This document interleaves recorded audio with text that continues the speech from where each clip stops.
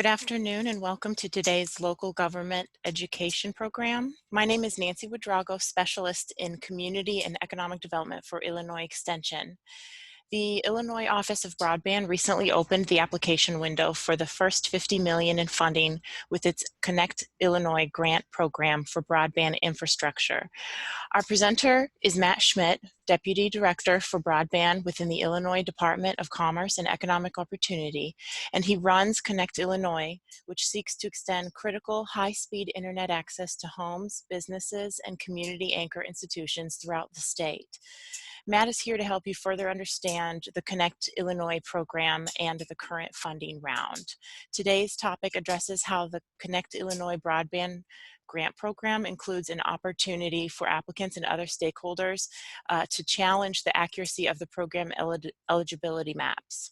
We had a part 1 and a part 2 of this webinar series for the broadband infrastructure funding, and those were an overview of the program as well as how applicants can navigate the application packet. And so today, Matt's going to discuss how the challenge process is intended to work for the program eligibility maps and answer any questions that we all have. So if you haven't already done so, you're going to want to listen to the previous webinars on the Connect Illinois grant program, which are available on our website at goillinois.edu. LGE, and those webinars covered an overview, and you'll just want to take a look at those. I will include those in the email that follows up to this webinar as well. So before we begin, please know that any questions that you have at any time should be added to the chat space. Please keep your microphones muted for best sound quality for everybody. And we're going to work to get any of the questions that you do ask in the chat space. We're going to work to get those answered after Matt has covered his main talking points today. So Matt, thank you again for being here for our part 3, and I'm going to go ahead and turn it over to you now. All right, thanks a lot, Nancy, and thanks again to the University of Illinois Extension Services. You've made this webinar series very, I guess, user-friendly from our perspective, and so thank you so much for leaning into this opportunity and the partnership. And so, as Nancy's mentioned here, this is the third in a series of webinars trying to help folks understand this historic investment in broadband infrastructure that is underway here in Illinois with the Connect Illinois investment. As we mentioned in the past, $420 million invested in broadband last legislative session, with $400 million of those dollars available for a competitive matching grant program. And so this webinar series is to help potential applicants, stakeholders, and other folks who want to better understand our thinking and how we look to deploy those resources, give folks an opportunity to engage and ask questions. And so today we'd like to focus a little bit on mapping and the challenge process, and then also address some questions that have populated our FAQ document, the frequently asked question document that's posted to our Connect Illinois website. And so we'll spend some time initially on that, the mapping and challenge conversation, address some of those FAQs, and then certainly save time towards the latter half of our time together today to address questions that you offer in the chat space. And so please feel free to engage accordingly. And so with that said, I just wanted to point out we're calling this the Mapping Challenges and FAQs webinar, and I realize that that's a double entendre because there are challenges with the mapping, and there's also an availability for challenges to the mapping in terms of its accuracy. And so the whole point here is that the mapping that's available on our Connect Illinois website, it's far from perfect. It dramatically overstates service availability in certain instances. But nonetheless, it's the best thing that we have going right now, and we are simultaneously undertaking a state-specific mapping effort that will introduce some additional mapping resources later this year that we'll be able to apply to second and subsequent funding rounds. But this mapping does start the conversation, and we're pleased to have it. And so without further ado, I'll kick into this, and we'll spend some time on mapping and challenges and FAQs along the way. And so first of all, I just wanted to direct folks to our Connect Illinois website. This is a resource that we want to make, again, as user-friendly as possible to folks who are interested in our Connect Illinois program, our Office of Broadband, and also this historic broadband infrastructure investment that's underway. And so a lot of the information that we reference, and ideally all of it, will be housed here. It's a work in progress, and this whole website will have a complete redo in April after the close of the grant window on Friday, April 3rd. And so just a reminder to folks, we understand the limitations of the website. We'll definitely have something that's more user-friendly moving forward. But in the meantime, we want to give folks the resources you need, whether it's to apply for grant funding or to understand, our goals, our aspirations with this investment, and so forth. And so what you see here is a menu along the right-hand side of the screen, and it'll take you through our strategic plan, some commitment to digital literacy and community planning that we'll be talking about more in the coming weeks and months. Also, you can learn more about the Illinois Century Network. We'll be adding some additional mapping available to folks who are interested in knowing where public infrastructure, particularly fiber infrastructure, is throughout the state. So stay tuned for that. We also have our Wireline Service Map, the mapping that will be used for judging eligibility in unserved and underserved areas around the state. There's a link to that map on this website. And then we have our notice of funding and all related materials that have been discussed in prior webinars, again, on our Connect Illinois website.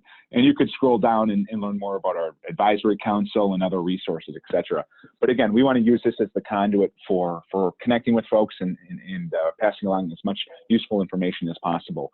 And this webinar series itself will be housed there long-term in addition to the Illinois Extension Services website. So we talked a lot about these maps, and here's one example. This is kind of zoomed out, looking at nearly the entire state. And we've talked about this in previous webinars, but we'll be referencing this throughout the course of our conversation today, so it's a good reminder. The areas in green are considered unserved in the state of Illinois. Those are areas that fall below the 25/3 threshold, 25 megabits per second download, 3 megabits per second upload. That's the Federal Communications Commission definition of broadband, and that's the definition that the state of Illinois, at least the Office of Broadband in our Connect Illinois program, is applying to broadband. And so you can see there are lots of areas in Illinois that lack access at that basic definitional level of 25/3 service. And you can see in areas in dark blue, those are the areas that are deemed to have service of 100 megabits per second download by 20 megabits per second upload or greater. And then the areas in light blue fall somewhere in between that threshold. And so looking at this map, any area that's in light blue or green is eligible to apply for funding based upon this mapping. And we also encourage folks who know better, who may, either if you're a provider and you know that you've got service that's better than what this map shows, we want to give you an opportunity to converse with us, our Office of Broadband, and challenge the accuracy of this mapping. And likewise, for potential applicants of all sorts throughout the state, if you look at this map and say, geez, it says it's served, but we know better. Because of the approach the Federal Communications Commission takes with its Form 477 data collection, served areas are dramatically overstated. And so basically, if you've got one household in a census block that's served, the whole census block is counted as served. And again, the mapping is it's way better than nothing. We really appreciate having this. It's a great resource, but it does overstate service. And so if you know that and you didn't need to hear it, I'm sorry to put you through that again, but we just recognize the limitations of it. Very, very valuable. Very appreciative that we've got this, but we also want to start a conversation with applicants and providers who know that the map is flawed and would like to have a more detailed conversation about how it's flawed and how we're going to take the reality into account moving forward. And that's something that we're very committed to here at the Office of Broadband. And so again, this map, it's interactive. You can zoom in, you can enter specific addresses. It's linked off of our Connect Illinois website. And again, the best way to find the Connect Illinois website is just do a Google search or type in Connect Illinois on your search engine, and it should take you right there. So now that brings us to the primary conversation that we'd like to have today, or at least some information that we'd like to share in a conversation that we'd like to start with interested parties. And that's how we go about challenging the accuracy of the map. And there's no perfect way to do it, given the mapping that we have and the fact that our state-specific mapping is not available to us quite yet. And so this slide here draws from page 30 of our NOFO document that is posted on that Connect Illinois website, our Notice of Funding Opportunity document, NOFO in the parlance of the Department of Commerce and Economic Opportunity. And in section B here, we talk a little bit about the review and selection process. And if you look down towards the bottom, we specifically spell out that before grants are awarded, applicants will have an opportunity to challenge the accuracy of the Connect Illinois maps. Likewise, broadband providers will be allowed to challenge the eligibility of a grant application on the basis of current available broadband service or near-term planned broadband deployment. The challenge process operates beyond the scope of this NOFO, but details will be available at our website. And again, it's a long, webpage address there. But nonetheless, if you Google Connect Illinois, it'll take you right there. And we do plan on offering additional detail in the coming weeks on exactly what that challenge process is going to look like. We've wanted to start the conversation on this NOFO and our broadband grant process before we got into specifics about what the challenge would look like. But we do want to have that specific information available to all applicants, incumbent providers, and other stakeholders in advance of the close of the application window. And so what I'm going to share with you today is basically a description of what we anticipate will take place between now and Friday, April 3rd. Applicants have an opportunity to put together applications and share them with the Office of Broadband. There's two ways to submit an application. One is to email it to broadband@illinois.gov. Again, that's broadband@illinois.gov. Otherwise, you can send us 5 paper copies. And that material is covered in a prior webinar. It's also listed on our Connect Illinois website. But once the application window closes on Friday, April 3rd, what the Office of Broadband intends to do is to look at the service territory that is proposed in aggregate throughout the state in our round 1 funding applications and post that to our website and share with providers and applicants and stakeholders of all kinds what areas of Illinois are being proposed for additional deployments through the Connect Illinois program. And that will trigger a conversation between the Office of Broadband and individual broadband providers that are offering service in those areas. And so if the maps overstate that service, the incumbent provider has an opportunity to share with us what that service availability is. And we will confirm that, and we'll take that into account as we move forward in scoring and considering our grant applications that we have received. And so that's a conversation that we've seen take place in other states that administer these programs, and it's something that we take really seriously. We want to be able to have a good sense of where broadband is and where it isn't. We understand that the mapping that we previously shared is not perfect, and so we want to give folks an opportunity to showcase and demonstrate to us where their service is and at what service levels are available. And so that's the process that we see taking place immediately after the close of the application window on Friday, April 3rd. From our perspective in the Office of Broadband, at the same time, we'll be looking at grant applications and making sure that all applications are responsive to requirements that are articulated in the Notice of Funding Opportunity in our application packet. And we have to be true to those requirements. And so it's, again, a timely reminder to folks who are submitting applications. Make sure that you give us all the information that we are requiring of you. We want to make sure that we have an opportunity to score your applications, to give you good feedback on them, and hopefully fund them. But if you're falling short of required material, you will not even be reviewed. And so it's really important that you are responsive to all required material. And so that's why we're having a webinar series, and we're trying to do what we can to clarify requirements through our FAQ document and ongoing conversations. And so that's a really important point. And so we will, from that point forward, review applications that are responsive and complete, and then provide them to our merit review team and begin scoring. And so there may be concurrent conversations going on the one hand in the Office of Broadband, where we're scoring responsive applications, and where others in our office are talking to incumbent providers or others about where service is and where it isn't, to get a firm understanding of available service and immediate term deployment plans. And so that's how we envision the plan taking place. And we'll have, I would welcome feedback that folks have on that. and feel free to ask additional questions today. Otherwise, we'll be following up with specific content in our on our webpage to spell out exactly what we anticipate that process looking like. And so that's that aspect of the mapping challenge, if you will. But for those applicants who look at the map and say, oh, geez, the map says we're covered, but we're not, and we are well below the, whether it's the definition of unserved at 100 by 20 or, I'm sorry, underserved 100 by 20 or unserved 25 by 3, regardless of the case, we feel like we should be eligible for funding. Contact our office right now and we can talk about different ways in which you can try to demonstrate that.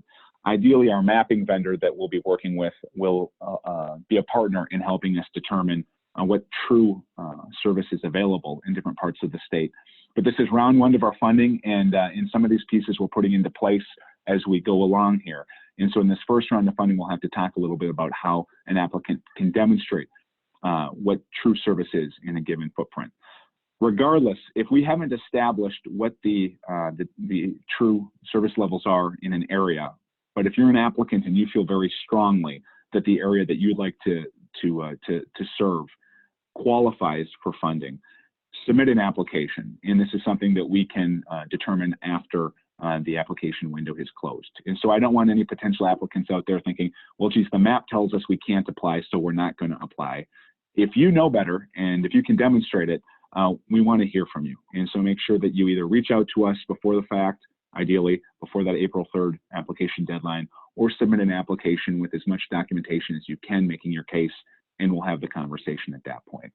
And so again, this is all under the banner of we understand that the mapping is flawed and we want to move forward nonetheless and make sound investments in areas that could use investments in broadband service.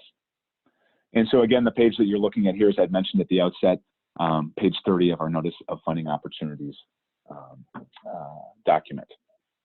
And so with that said, I would like to advance to our frequently asked questions document and address some questions that have come up and try to provide some additional clarity on some areas of concern or areas where interested parties would like more clarity.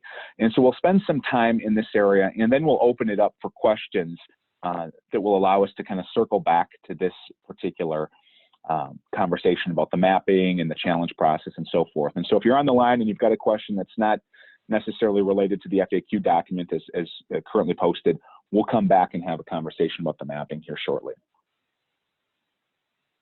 And so that said, this is our frequently asked questions document, our FAQ that will be updated and posted online periodically here. We'll try to get to it, I hope, on a weekly basis or certainly every other week, but it really is a function of what kind of questions we're getting, and if they're questions that are not addressed in the current FAQ or related documentation, we'll update the document accordingly. And so what we're going to do is just date the document as it's posted. And in this case, we have a February 24th version of this document. And I expect there'll very likely be a couple other versions of this FAQ document that we will post in place of this moving forward. And so as we look at these first several questions, I'm not going to read each one of them, folks. I'm not going to put you through that. But I'd like to just overview quickly. We've had some questions about how much funding is available. And we've said this through our documentation on previous webinars. And even today, we have $400 million, which does constitute the largest competitive matching grant program in the country. 50 million of those $400 million are available in this first funding round. And we do plan on having second and subsequent rounds over the course of the next several years. And so this is just the beginning of that conversation. As I've said in the past, we want to hear feedback. We don't expect to stray too wildly from this approach, but we are certainly open to evolving this program in our approach, learning lessons and trying to make it as user-friendly and as effective as we possibly can. And so again, the second question here, the maximum grant amount, $5 million is available. Since this is a matching grant program, that would require at least $5 million of non-state match. You can see those are pretty sizable projects at $10 million plus. If you phase them in over a period of years with two or more Connect Illinois applications, you can work towards a fairly ambitious broadband build out as a result. And so we've talked in the past about what a competitive matching grant fund means, and basically we're going to be scoring every application on a competitive basis, up to 200 points available for, in each case. we do require a non-state match of at least a 1-to-1 ratio, and that's where we get our competitive matching grant. And what amount is required in the non-state match? We've talked about that 50%. What kinds of projects are eligible for funding? And so we've broken it down into 3 different categories just to give our team an opportunity to try to compare apples to apples, because we know we'll also be getting some ideas that are more oranges than apples, or maybe even bananas. And so the point is, we've got 3 different categories. Broadband access, that focuses on broadband ubiquity for homes, businesses, community anchor institutions. Secondly, broadband innovation, that focuses on economic development and related applications. We've talked a lot about telehealth or distance learning, likewise with precision agriculture, smart cities. There's a lot of examples of broadband driven economic development or application utilization that we're interested in doing more of here in Illinois. And then third, we have an urban broadband category, and that needs to focus on access or innovation in qualified Illinois cities or metro areas of 75,000 residents or more. And so as an applicant, you have to pick one of those 3 categories under which you self-identify your application and how you think it fits best. And so if there are additional questions, we'd be happy to provide some additional insight into that. And so moving forward, we've talked on previous webinars about the need for having GATA pre-qualification. So that's the Grant Accountability and Transparency Act. Folks, if you've qualified under a different program, you very likely are still qualified. But if you're not sure of your status, feel free to shoot us a line at broadband@illinois.gov, and we'd be happy to confirm your status.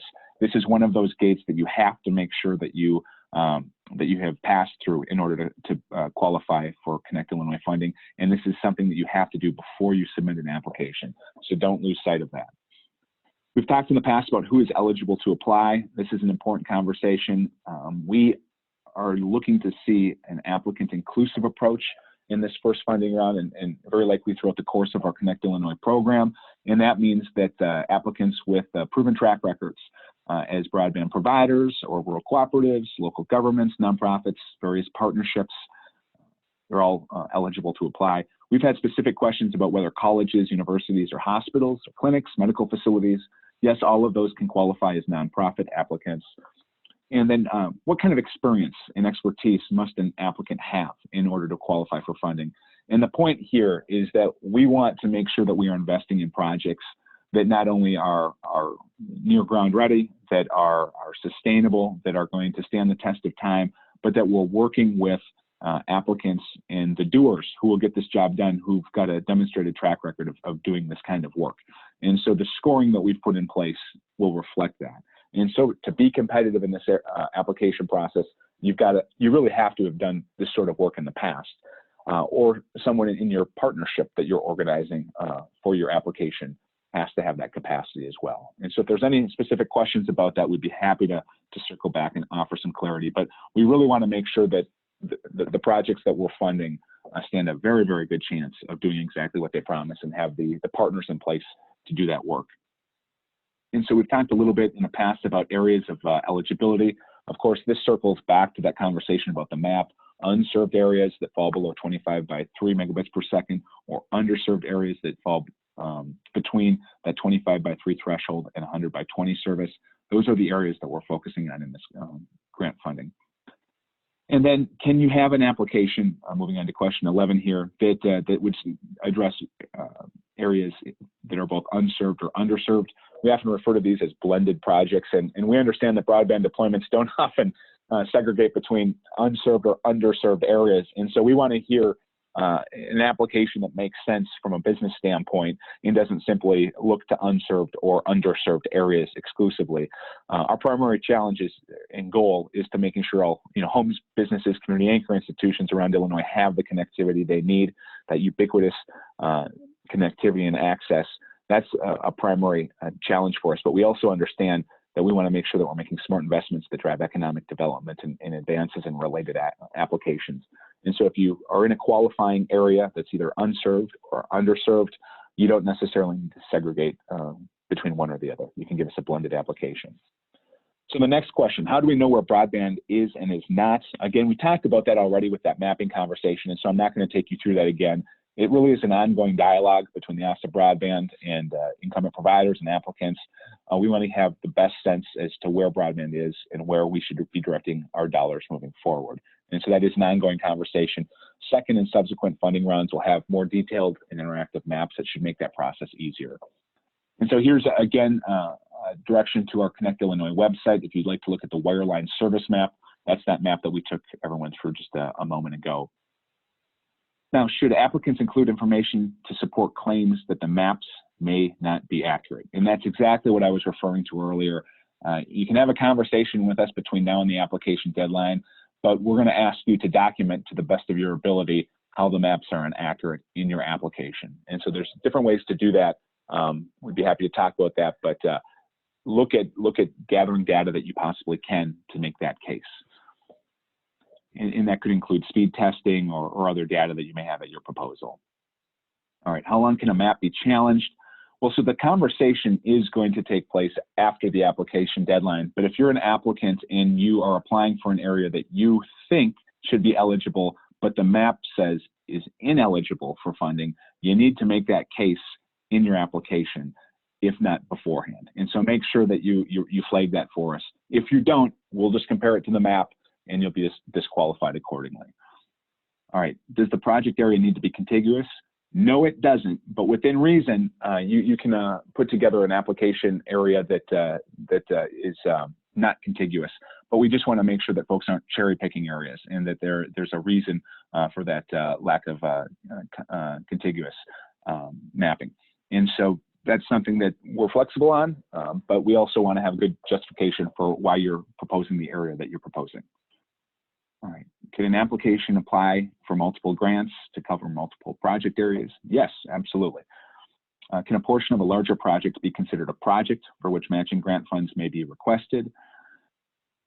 And in that case, what we'd like to see here is context. We'd like to understand how the project that you're proposing fits into maybe your broader visions or past investments or what you might like to do in the future.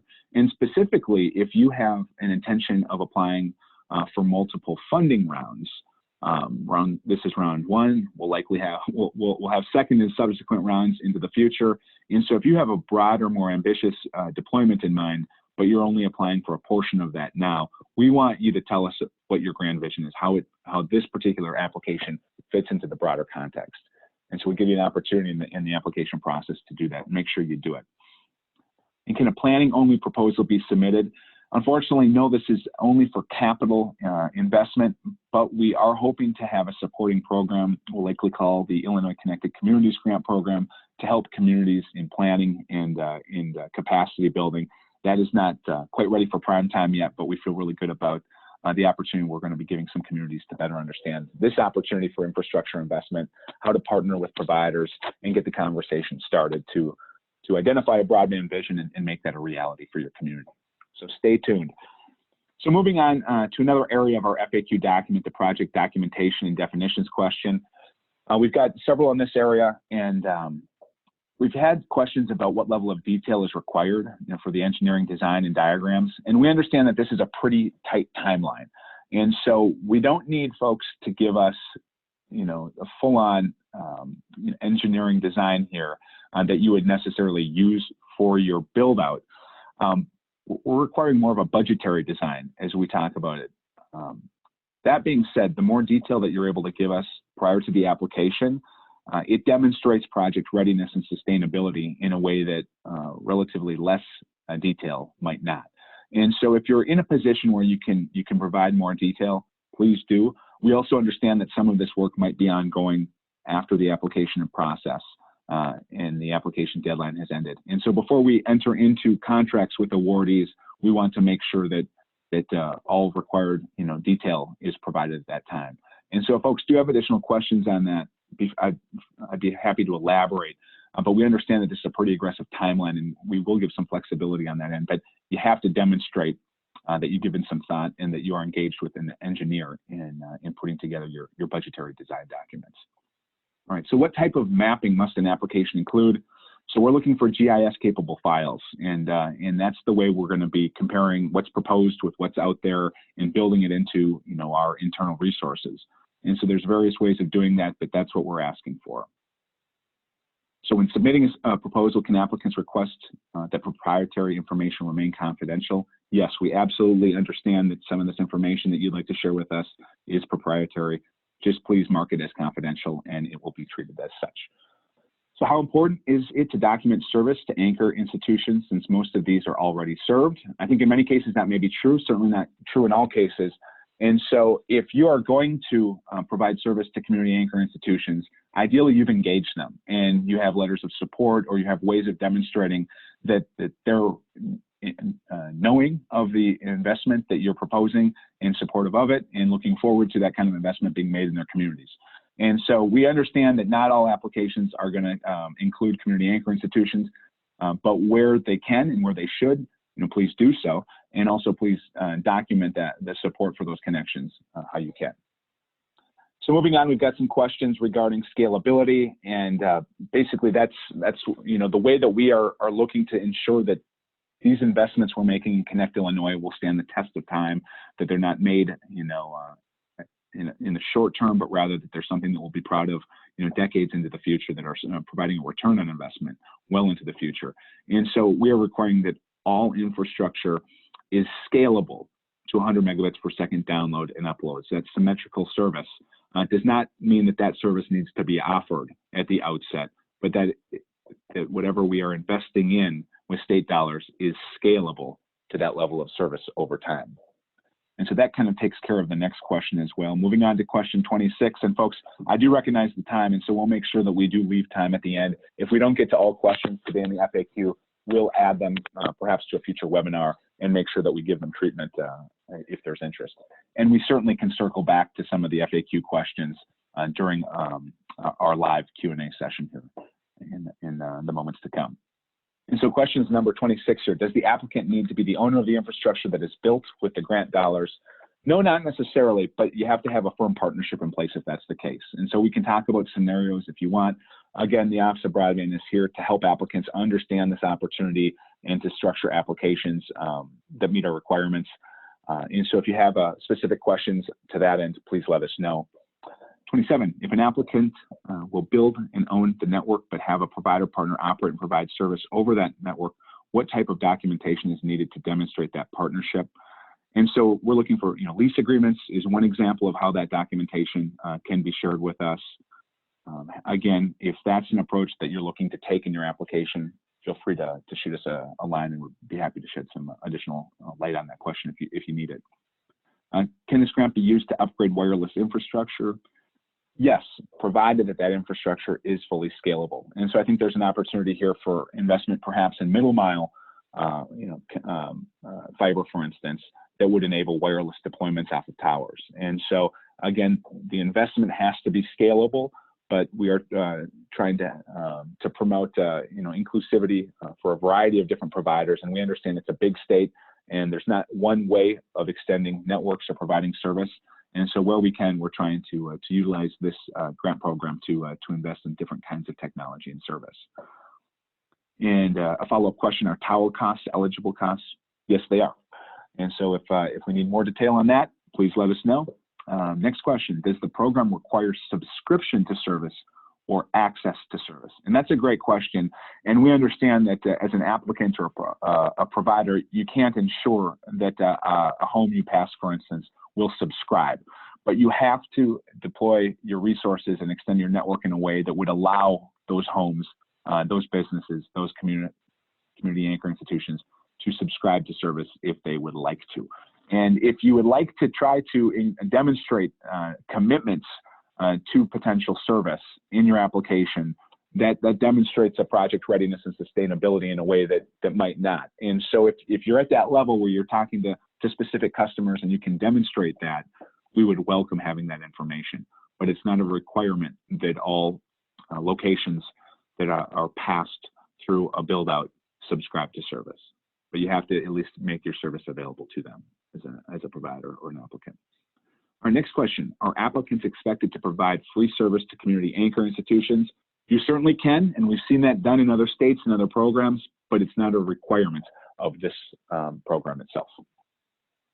But again, we're looking for that firm commitment, that connection between the application and the community it serves and it represents and the broadband vision it seeks to bring to life. There's different ways of doing that. And so just a reminder, we are paying attention to how that kind of commitment to community is demonstrated in applications. But again, there's different ways of doing that. Next question, are grantees required to provide access for other broadband providers if their presence in the marketplace will hurt the sustainability of an applicant's business model? So if that question makes sense to folks, no, you're not, as an applicant, required to do so. We would love to see applications that promote open access and shared use so that we're collaborating to the extent possible over middle mile infrastructure, for instance, and focusing our resources on last mile connectivity to homes, businesses, and community anchor institutions, for instance. But we understand that that's not a model for everyone, and that's not something that we expect to see in every application. But where it can be done, we welcome it, and our scoring will reward it. All right, so the next category of questions here as we wind down, project financial and non-state match questions. And so this gets into kind of the meat of the business here, the financing. And so what costs are eligible for the grant program? So this is a grant program that is leveraging state bond dollars. And so there are some specific requirements for the kinds of expenditures that we're able to include in the grants and the applications that we award. And so it has to be longer term infrastructure costs, and we've in related expenses to those costs. And so we're looking at costs of obtaining construction permits, purchasing construction facilities for middle or last mile, installation and testing of equipment. So there is some wiggle room there, but it all has to relate back to that long-term infrastructure investment. And again, costs related to providing video service or voice service that are not necessary to be incurred to provide broadband service are not eligible. Again, this is a broadband program. And so we understand that a lot of or programs or proposals, may include video service or voice service, but they're not necessarily reimbursed or can be included alone. We're focusing on broadband in this case. And so there's different ways of packaging that together. We recognize that, but we just want to draw folks' attention to that element here. All right, next question. Since the program is limited to capital expenditures, will broadband adoption proposals be considered? And will be considered from the applicant matching portion. And this gets into the question, if you get beyond that 50% threshold and you'd like to do more stuff that adds value to your application, but that might not be technically a capital expense, include that in your budget, shine a light on that kind of investment and that value-adding potential, and we will seek to take it into account as we award points and score your application. And so hopefully that makes sense to folks. The first 50% of non-state match needs to be the same kind of expense, that capital, that long-term infrastructure expense that is bondable under state guidelines. And so keep an eye on that. There's other non-capital expenditures, though, that can add value to projects that can be considered as non-state match above that 50% threshold. All right, next question. Must there be a 50-50 match given in high poverty, underserved areas? And yes, we are requiring this 50% non-state match or greater for all applications. Just looking around other states, the initial grant rounds tended to have the best non-state match. And so we're really hoping to leverage non-state match to maximum benefit early on in the Connect Illinois program. Again, if we want to turn $400 million in a competitive matching grant program into $1 billion plus in total investment in broadband, we have to be sticklers, if you will, for that non-state match. And so we understand as we make progress over time that there may be some challenging areas where we have to get creative with, and that's something that we're open-minded to longer term. But in the immediate term here, one of our driving factors here is that non-state match. So next question is your understanding that RDOF funds will not be available to be combined with the Illinois State Broadband Grant Program. And so folks who don't know, RDOF is the Rural Digital Opportunity Fund administered through the FCC. And it's kind of a live conversation right now. In fact, I think there's just recently a meeting at the FCC regarding this. And so we don't know what the program is going to necessarily look like long term. There's an auction in October. And our point here at the Office of Broadband is we want to make sure that all dollars that are invested in broadband, whether they're federal dollars, state dollars, local dollars, private dollars, that we're all driving towards the same goal, and that's scalable infrastructure and technology that's going to service not just in the short term, but well into the future. And so we don't want to have to come back in 5 or 10 years and do this again. We want to make these investments, do it right, and see those investments stand the test of time. And so where we can add value to projects, whether they're federally funded or whatnot, we'd like to do that. And that's what we're planning to do if that opportunity presents itself. And so the next question here, 37. Would the costs incurred by a broadband provider to maintain new infrastructure be considered as as an eligible cash match? And no, the maintenance costs would not be. We're focused on the infrastructure side of things, and so those costs are not eligible.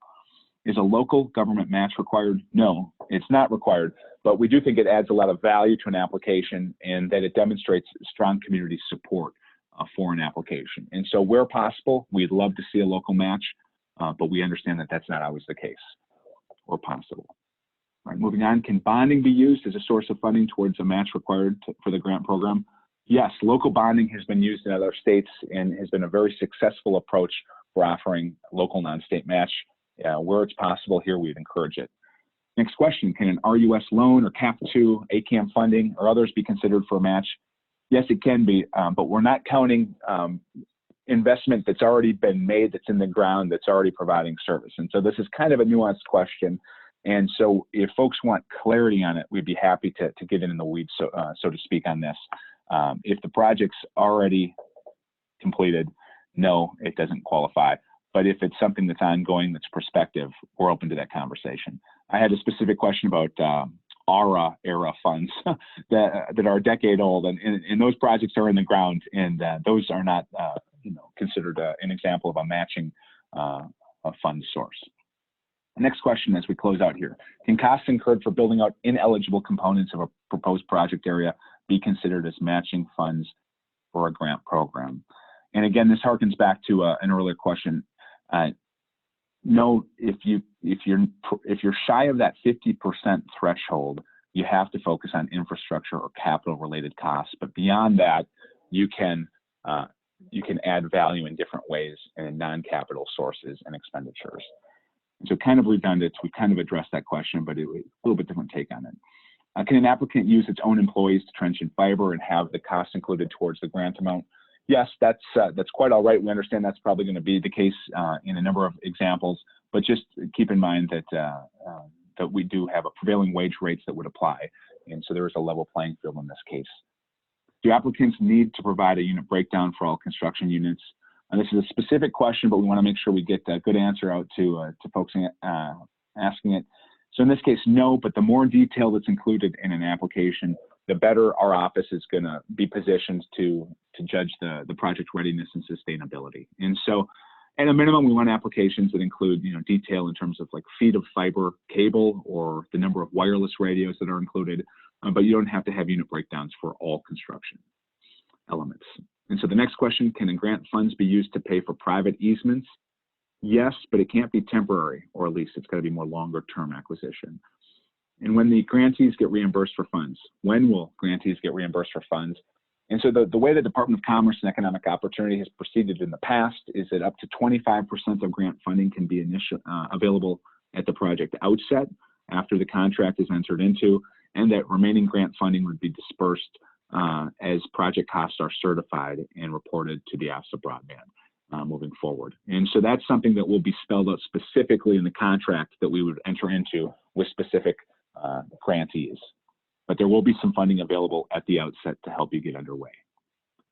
All right, so the prevailing wage is a question that we've heard a lot of, and it does apply for all projects that receive Connect Illinois grant funding. And folks, I know a little bit about broadband, but I am not a Department of Labor expert. And so I would like to refer folks to the Department of Labor if you'd like to better understand how prevailing wage might affect your part of the state and your particular proposal.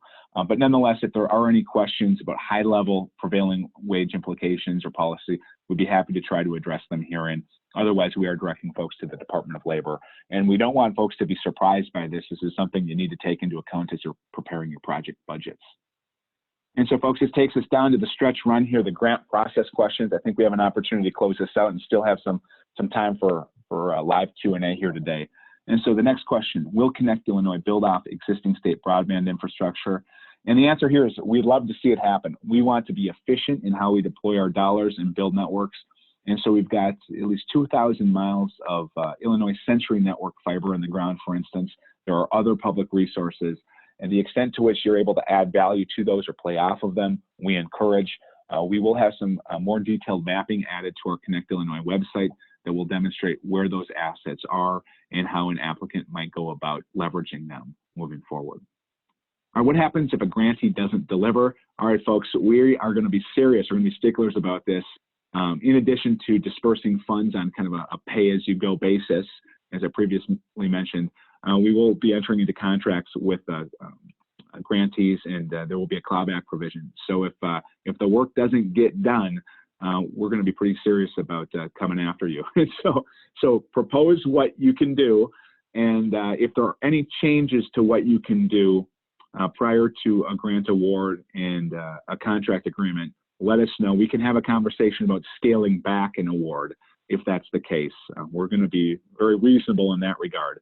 But just try to be realistic is the point. And we're not simply going to be writing checks and letting you promise that you deliver. We'll be checking on the service that's available through a variety of different means. And so we want to make sure that we get what we pay for, and we fill in that map accordingly. We don't want to have a map of broken promises, after all. We want to have a map of 21st century infrastructure and service that, again, is going to serve us well into the future. And so we look forward to having constructive partnerships with all grantees moving forward. So do projects that will complete over one construction season score higher than those that take the full 3 years, actually, in this case, to complete? So projects must be done by the end of June 2023. So that should give grantees about 3 years to get the job done. We hope that that's not needed in most or all cases, but we understand that there can be some challenges or delays, and we get that.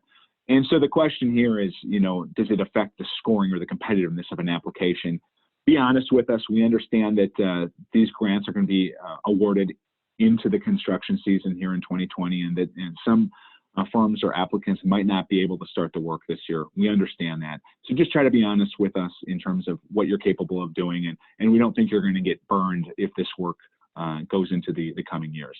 It's just all work needs to be completed by June 30 of 2023. Next question, what, if any, testing requirements will be used to confirm project completion?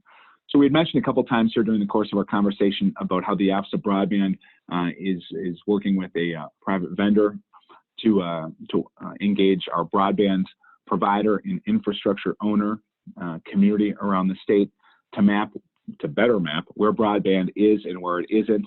And we'd like to use that vendor to help us field test and confirm where we have made progress through the Connect Illinois Broadband Grant Program dollars.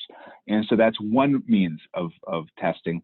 We also look to have crowdsourced data and also perhaps some software that we'll be introducing in with our grantees to help track progress over time. And so we're looking at a multi-pronged approach to determining where broadband is and where it isn't based upon our investments that we'll be making in the Connect Illinois program.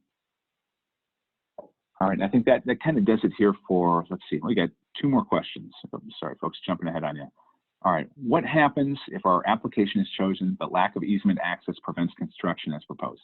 A very specific question to kind of an overarching possibility here. What if things change and you offer an application and it's a great one and it's competitively scored and we offer you a grant award? If things change over the course of that time, let's have a conversation about what's changed and how we might scale back the grant as a result. If you have to turn down a grant award, we understand it.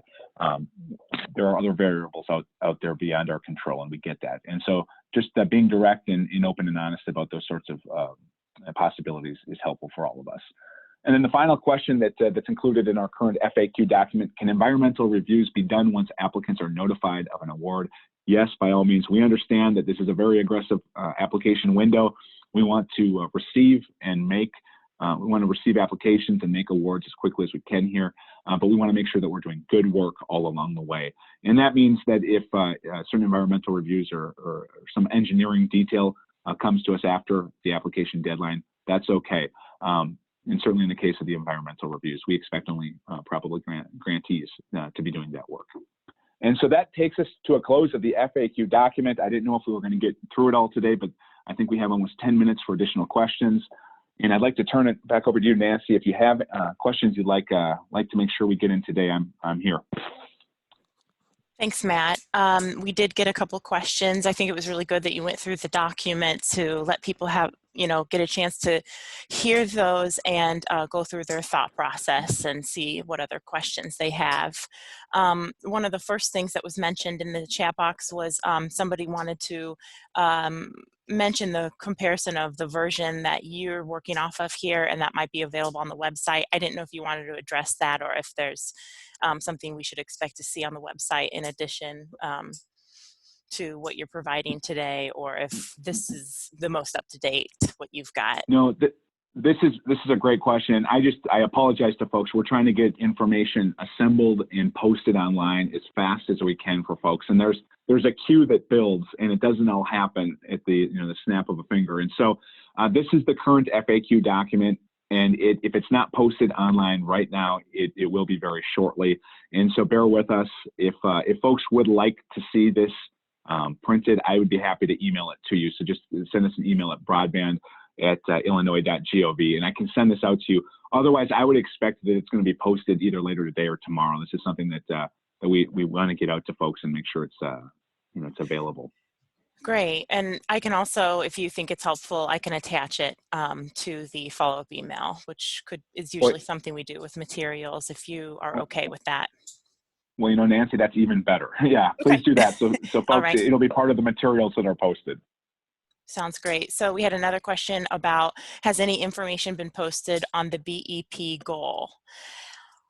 And I think what they're referring to is there is I could be wrong, but the business enterprise program about getting having bids and contracting with businesses that have been BEP certified, who are owned or controlled by persons who are minorities, female, or persons with disabilities.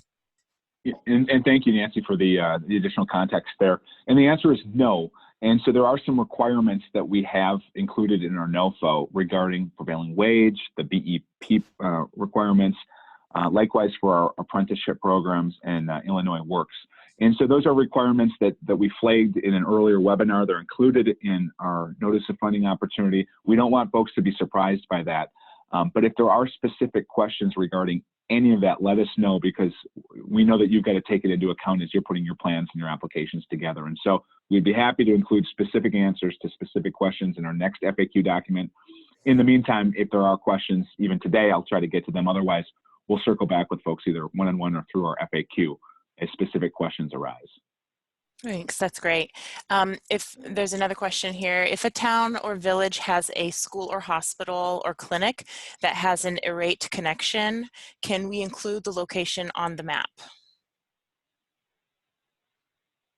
The short answer, yes. I mean, we would like you to include that and so if I'm understanding this right, if you have a community anchor institution or a school facility that is connected already, that does not need better broadband, so to speak, does not qualify for better broadband under this grant program, just make sure you're clear with what the status of that facility is. If it's a facility or a community anchor that would benefit from your deployment proposal, we'd like to hear that as well. And so if I misunderstood the question regarding E-rate, I apologize for that. I'd be happy to follow up with more detail. But if there are community anchor institutions, for instance, that will be benefiting from this grant program, we want to hear them. If it's an existing funding source that could add value to this program or could leverage non-state dollars in any way, we want to hear about it. And so hopefully that makes sense. And if I'm misunderstanding the question, I'd be happy to take another shot at that.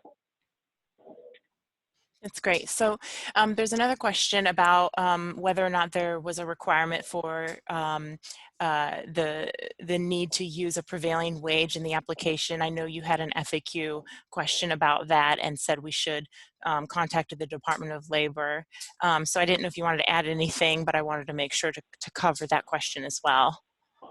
Yeah, so I think the point here is that the prevailing wage applies to all projects, and that in all aspects, all labor expenses of the project. And so what you need to do as an applicant is understand what the prevailing wage is for the particular work in your particular area, and then internalize that with regard to your budgeting. And so take that into account so that your budgeting reflects, the real wages that you'd be paying per the prevailing wage statute and regulations. And so the Department of Labor on their website, and also they have resources available, can help applicants understand exactly what that rate would look like in a particular area and with regard to the particular work that's being done. But there's not a one-size-fits-all approach statewide, and so it does vary by different parts of the state. And so if folks need more information on that, I'd be happy to try to add more detail. Otherwise, the source, to detailed answers is the Department of Labor.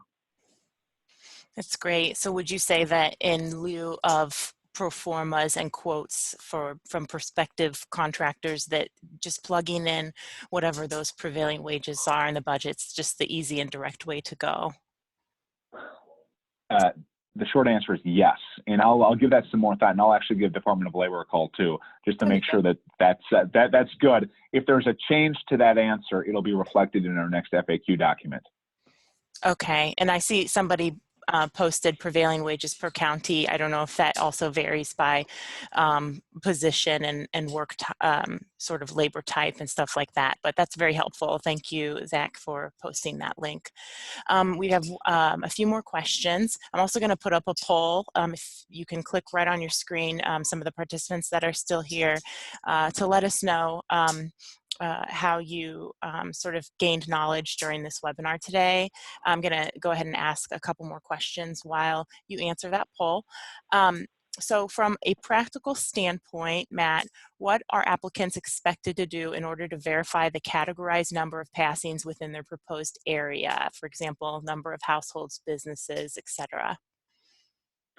I think the quick answer here is look at the mapping that's available and where do specific locations stand in terms of that mapping. And so the mapping, I guess, for better or worse, it's not particularly granular. And so as you look at it, you might be able to get a number of locations within one search of the map and classify them accordingly. And so if you have a location that currently has no broadband, for instance, it's 0, 0, and you're proposing to offer let's say gig by gig symmetrical service, count those numbers of passings and put them into that category. Now that's one extreme example of an improved broadband service. That's not likely to be a common example. And so a lot of them will be more on the margins, but where you can demonstrate the level of improvement, we'd like to see it. And so fill in that table that's included in the application packet accordingly.